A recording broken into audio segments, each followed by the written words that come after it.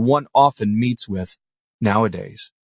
But on running his fingers through the leaves, behold, it was a bundle of thin golden plates, in which all the wisdom of the book had grown illegible. He hurriedly put on his clothes, and was enraptured to see himself in a magnificent suit of gold cloth, which retained its flexibility and softness, although it burdened him a little with its weight.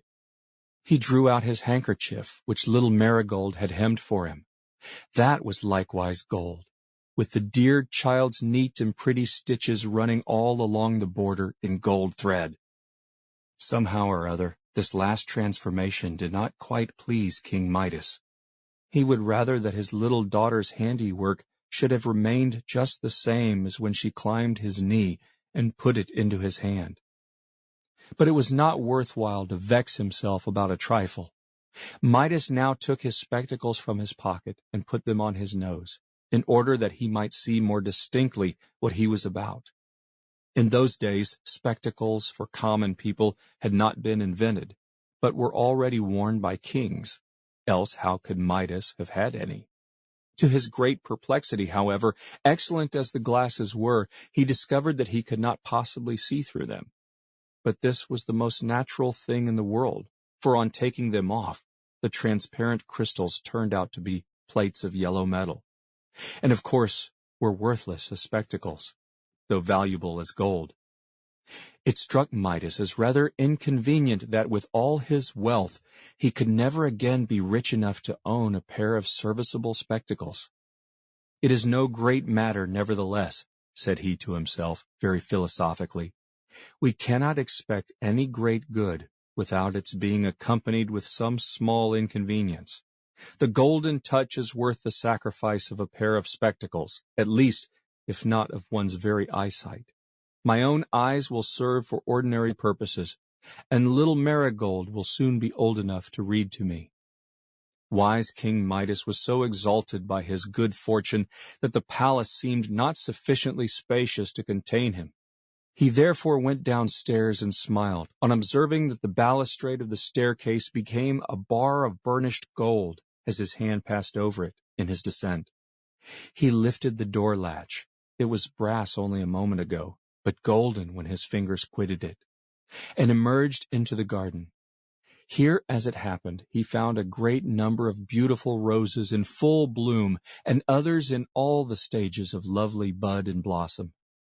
Very delicious was their fragrance in the morning breeze.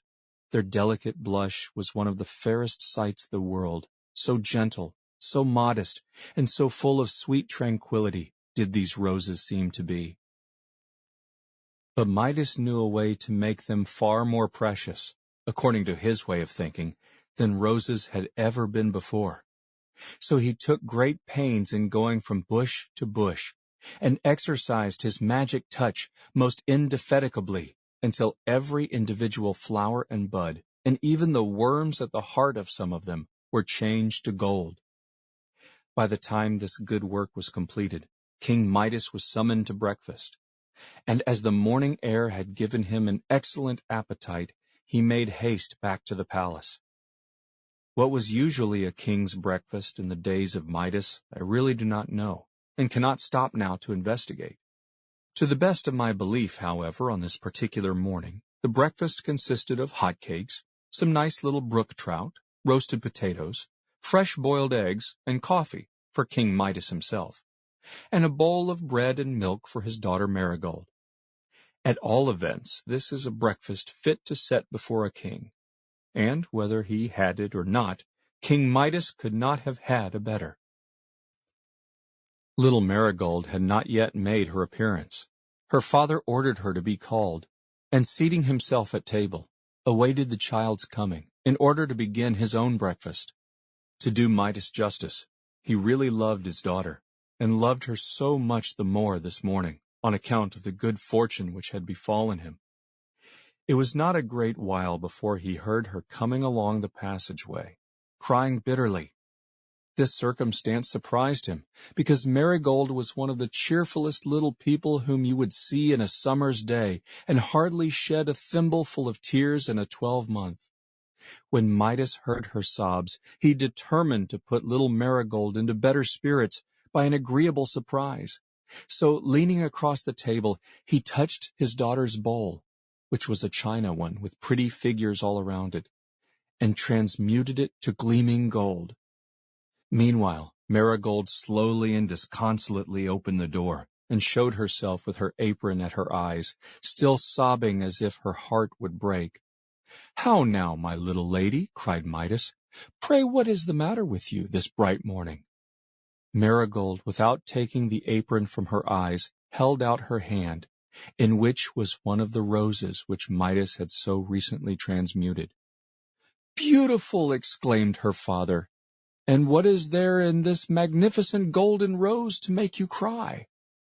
"Ah, dear father," answered the child, as well as her sobs would let her, "it is not beautiful, but the ugliest flower that ever grew.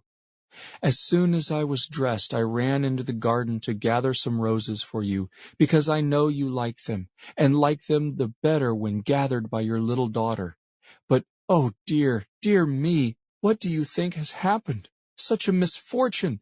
All the beautiful roses that smelled so sweetly and had so many lovely blushes are blighted and spoilt. They are grown quite yellow, as you see this one, and have no longer any fragrance. What can have been the matter with them?" "Oh, my dear little girl, pray don't cry about it," said Midas, who was ashamed to confess that he himself had wrought the change which so greatly afflicted her.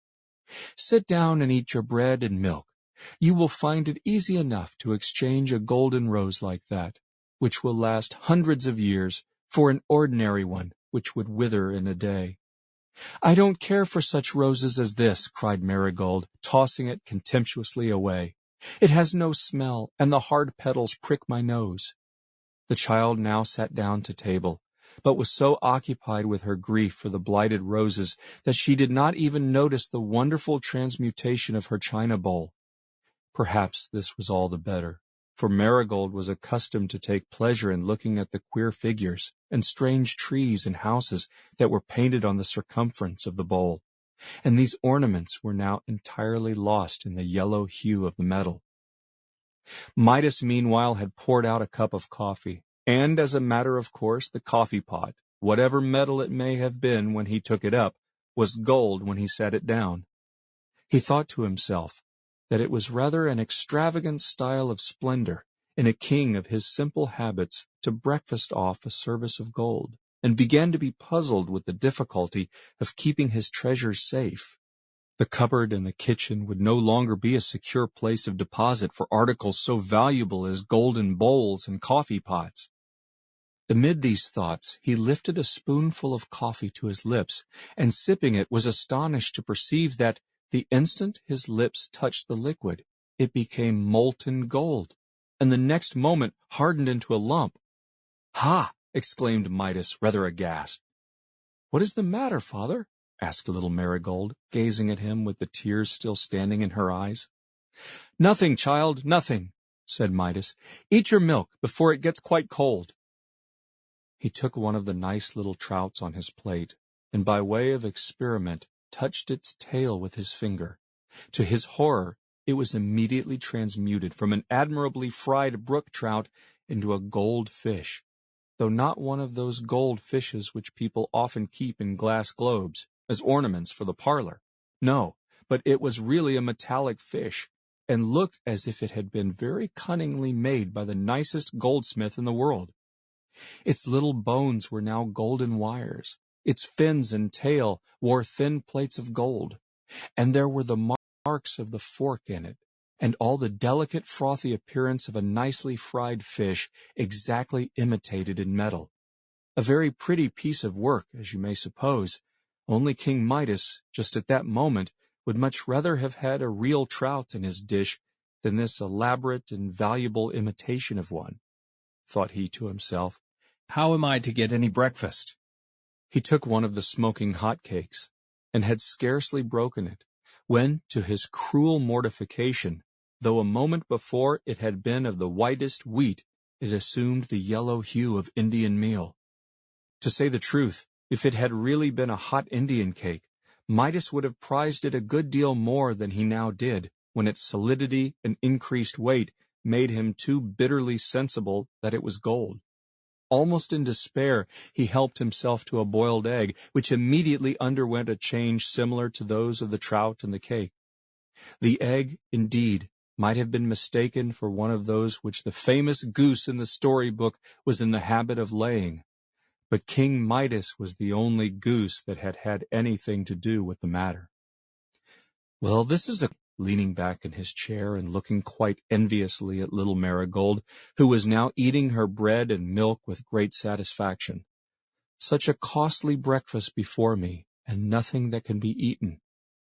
Hoping that, by dint of great dispatch, he might avoid what he now felt to be a considerable inconvenience, King Midas next snatched a hot potato and attempted to cram it into his mouth and swallow it in a hurry, but the Golden Touch was too nimble for him. He found his mouth full, not of mealy potato, but of solid metal, which so burnt his tongue that he roared aloud and, jumping up from the table, began to dance and stamp about the room, both with pain and affright. "Father, dear father!" cried little Marigold, who was a very affectionate child. "Pray, what is the matter? Have you burnt your mouth?" "Ah, dear child," groaned Midas dolefully, "I don't know what is to become of your poor father." And truly, my dear little folks, did you ever hear of such a pitiable case in all your lives? Here was literally the richest breakfast that could be set before a king, and its very richness made it absolutely good for nothing. The poorest laborer, sitting down to his crust of bread and cup of water, was far better off than King Midas, whose delicate food was really worth its weight in gold. And what was to be done? Already at breakfast, Midas was excessively hungry. Would he be less so by dinner time? And how ravenous would be his appetite for supper, which must undoubtedly consist of the same sort of indigestible dishes as those now before him. How many days, think you, would he survive a continuance of this rich fare? These reflections so troubled wise King Midas that he began to doubt whether, after all, riches are the one desirable thing in the world, or even the most desirable. But this was only a passing thought. So fascinated was Midas with the glitter of the yellow metal that he would still have refused to give up the Golden Touch for so paltry a consideration as a breakfast. Just imagine what a price for one meal's victuals. It would have been the same as paying millions and millions of money, and as many millions more as would take forever to reckon up, for some fried trout, an egg, a potato, a hot cake, and a cup of coffee. It would be quite too dear, thought Midas. Nevertheless, so great was his hunger, and the perplexity of his situation, that he again groaned aloud, and very grievously too. Our pretty Marigold could endure it no longer. She sat a moment gazing at her father, and trying with all the might of her little wits to find out what was the matter with him. Then, with a sweet and sorrowful impulse to comfort him, she started from her chair, and running to Midas, threw her arms affectionately about his knees. He bent down and kissed her. He felt that his little daughter's love was worth 1,000 times more than he had gained by the Golden Touch. "My precious, precious Marigold," cried he. But Marigold made no answer. Alas, what had he done? How fatal was the gift which the stranger bestowed!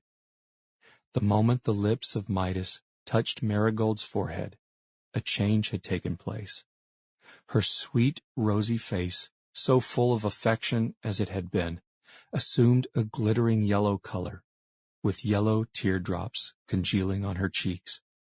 Her beautiful brown ringlets took the same tint. Her soft and tender little form grew hard and inflexible within her father's encircling arms. Oh, terrible misfortune! The victim of his insatiable desire for wealth, little Marigold was a human child,